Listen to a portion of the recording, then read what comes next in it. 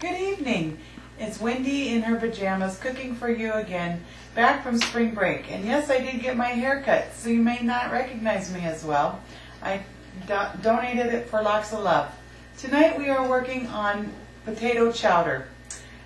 The ingredients are 2 potatoes, 2 cups of milk, cream cheese, 4 ounces of cream cheese, 4 ounces of cream cheese, cheddar cheese, grated, and 2 tablespoons of butter. I'm going to quarter the potatoes so that they will cook easier and quicker in the microwave.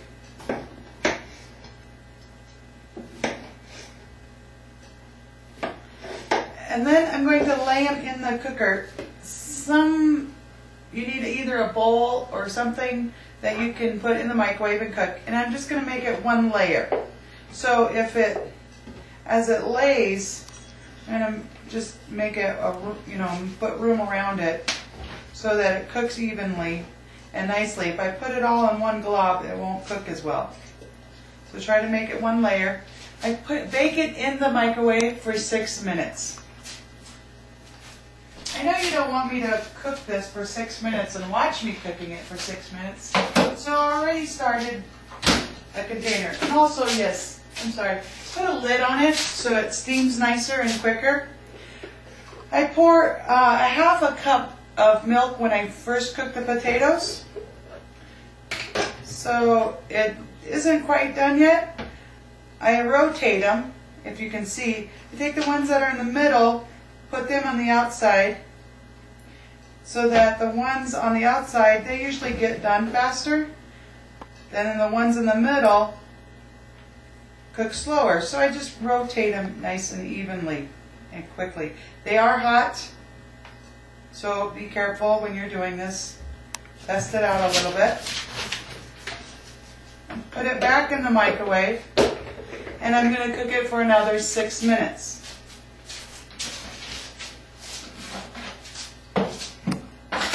While I'm cooking it for my 6 minutes, I'm going to show you how to make the chowder part. The heaviest part is, so I opened up my cream cheese. I usually always get the 8 ounces because it's easier to buy and purchase this way. It is measured, every slice is 1 ounce. So you cut it at 4 ounces. Which I've already done here. Sliced it, I open it up. It says to let it thaw out a little bit from the refrigerator. It doesn't have to be hours, just open it for a little bit.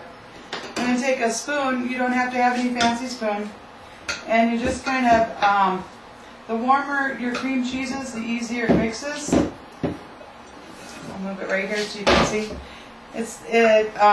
It's kind of like when you're making cookie dough. You put your butter and sugar and mix that first before you add your other ingredients, and gives it a better mixture. This, you're softening it up so it mixes with the milk and grabs onto it a little better, and it's not so clumpy. So I first got this pretty mixed up, soft, kind of soft.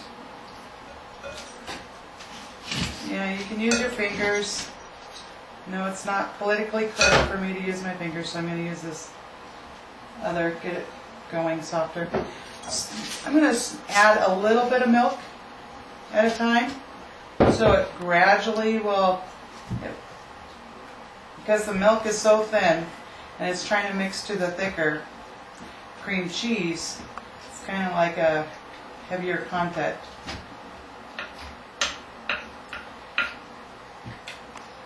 It likes to splash a lot, so just carefully mix it at first, and you just be slowly and patient.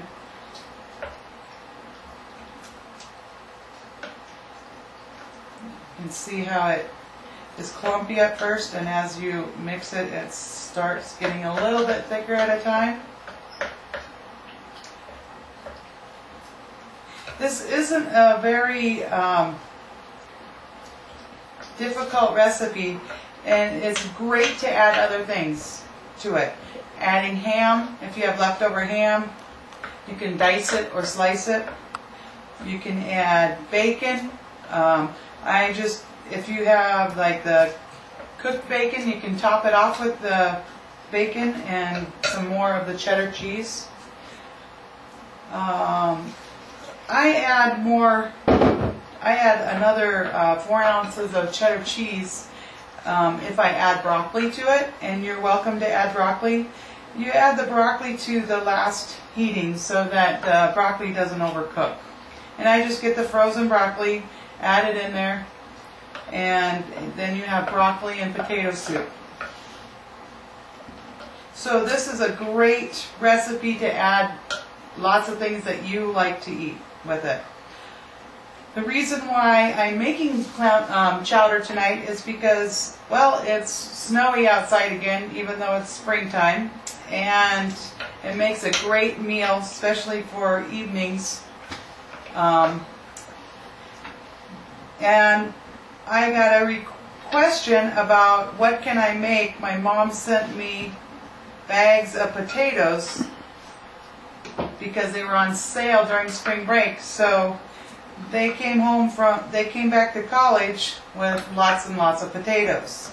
So they were asking for recipes. And this one you can do, add more, double it for more friends. But this is a good 1-2 person meal. And you get to add all your favorite things to it. So see how the milk is absorbing or mixing the cream cheese a lot better? It makes the milk kind of a thicker milk. And now I can kind of whip it a little bit more without it splashing as much. Now it's really nice and mixed. And if you do want to purchase a microwave cooker, it's great to do many things with. Okay, I have about 20 seconds left. I'm just going to cut it off a little short. Now this has been, I cooked it 6 minutes the first time, rotated the potatoes, cooked them 6 minutes the second time. Now I still have the milk in there that I started out with.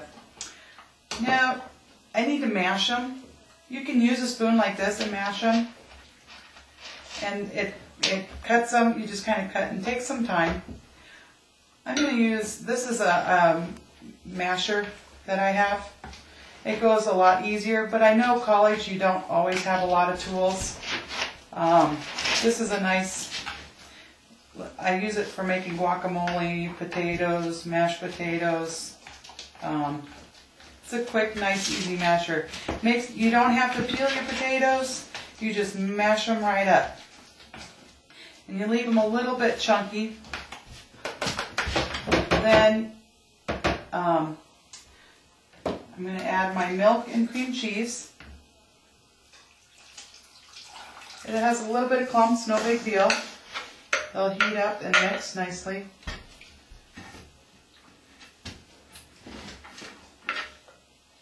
And then I have already sliced 2 tablespoons of butter. And it has the markings also like the cream cheese, so I mixed it up.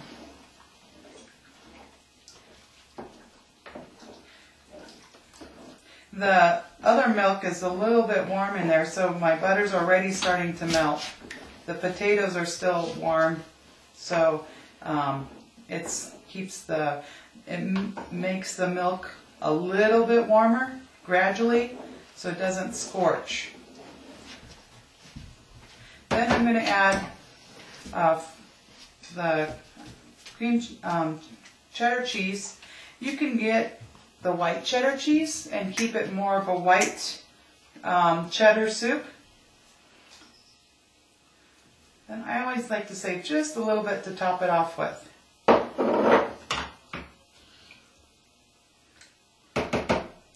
So then I put it back. Oh, I have a little bit of potato there still. We don't want to waste it.